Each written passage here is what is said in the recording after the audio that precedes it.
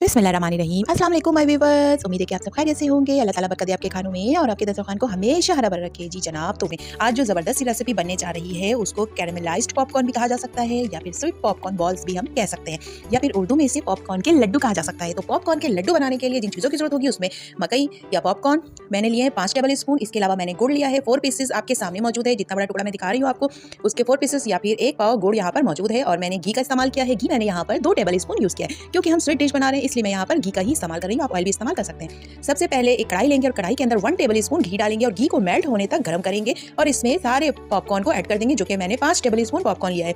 अभी मैंने चूल्हे की आंच को तेज रखा है। जब तक ये पॉपकॉर्न फूलना स्टार्ट नहीं हो जाएंगे चूल्हे की आंच को तेज ही रखेंगे। जैसे ही पॉपकॉर्न फूलने लग जाएंगे, पॉपअप होने लग जाएंगे, तो चूल्हे की आंच को बिल्कुल स्लो कर देंगे। अब जो हीटअप से ये कढ़ाई गर्म हो चुकी है, इसी गरमाई से ही ये सारे पॉपकॉर्न 1 बाय 1 पॉपअप हो जाएंगे। जब तक कि ये सारे पॉपकॉर्न पॉपअप ना हो जाएं, जब तक कि हम वेट करेंगे और हल्की आंच पर ही इसको रहने देंगे और हाथों की मदद से थोड़ी देर के लिए कढ़ाई को हिला देंगे। जब ये सारे पॉपकॉर्न अच्छी तरह से फूल जाएंगे तो फिर हम इसे एक प्लेट में निकाल कर ठंडा कर लेंगे। अब यहाँ पर हम गुड़ का शीरा बनाएंगे। उसके लिए जो 1 टेबल स्पून घी बाकी बच गई थी उसको दोबारा से कढ़ाई के अंदर डालेंगे और उसको गर्म करेंगे, मेल्ट करेंगे। जब ये अच्छी तरह मेल्ट हो जाए तो इसमें 2 लौंगे और 2 छोटी इलायची डाल देंगे। ये मैंने फ्लेवर के लिए ऐड किया है, अगर आप स्किप करना चाहे तो स्किप कर दें। उसके बाद 1 पाव गुड़ डाल देंगे या फिर इसके 4 पीसेस मौजूद है उसको डालकर मैंने आधा कप पानी का भी शामिल कर दिया है। और चूल्हे की आंच को अभी मैंने मीडियम पर रखा है, बहुत तेज भी नहीं और बहुत स्लो भी नहीं है, मीडियम आंच पर है। उस वक्त तक चम्मच चलाते रहेंगे जब तक कि ये गुड़ अच्छी तरह से मेल्ट ना हो जाए। गुड़ को अच्छी तरह से मेल्ट करना है।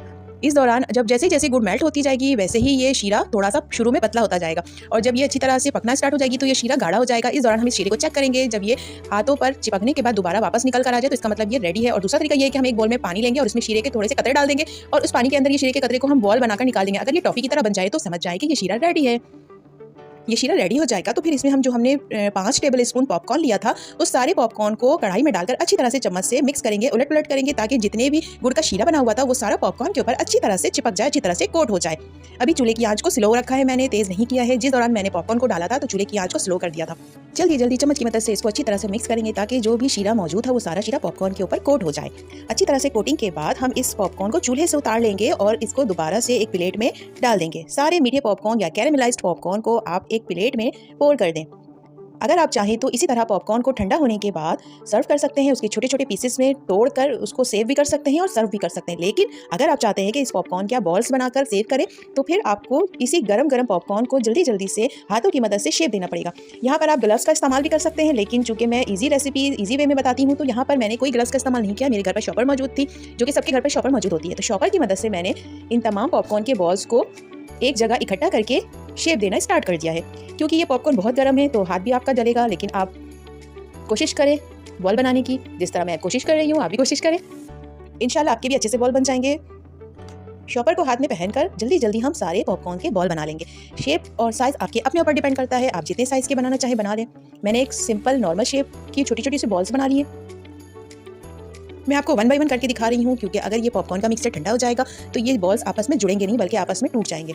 इस दौरान अगर आप चाहें तो आपने जो छोटी इलायची और लौंगे डाली थी वो आप निकाल कर अलहदा कर लें ताकि किसी के मुंह में ना आ जाए वो।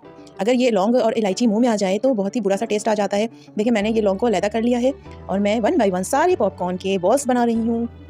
आप भी इसी तरह से जल्दी जल्दी गरम गरम में ही आप ये सारे बॉल्स बनाएंगे। शुरू में आपका हाथ थोड़ा सा जलेगा, लेकिन फिर आप बनाते जाएंगे तो आपको मज़ा भी आएगा। इसी तरह से पॉपकॉर्न के सारे बॉल्स बना लेंगे। लेकिन ये लास्ट में जो पॉपकॉर्न हैं ये ठंडे हो गए थे जिसकी वजह से ये बॉल नहीं बन सके।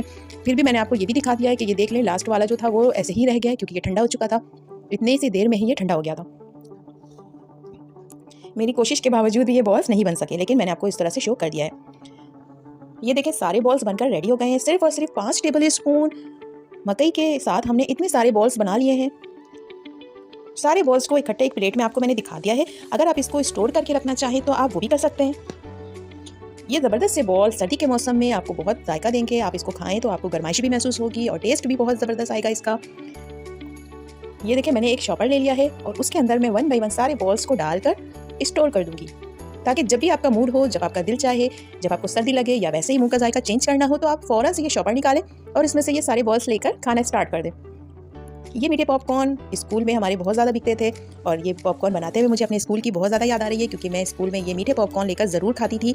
हर रोज़ मैं यही मीठे पॉपकॉर्न खाती थी और मुझे बहुत मज़ा आता था। मेरे स्कूल की याद भी ताज़ा हो गई है।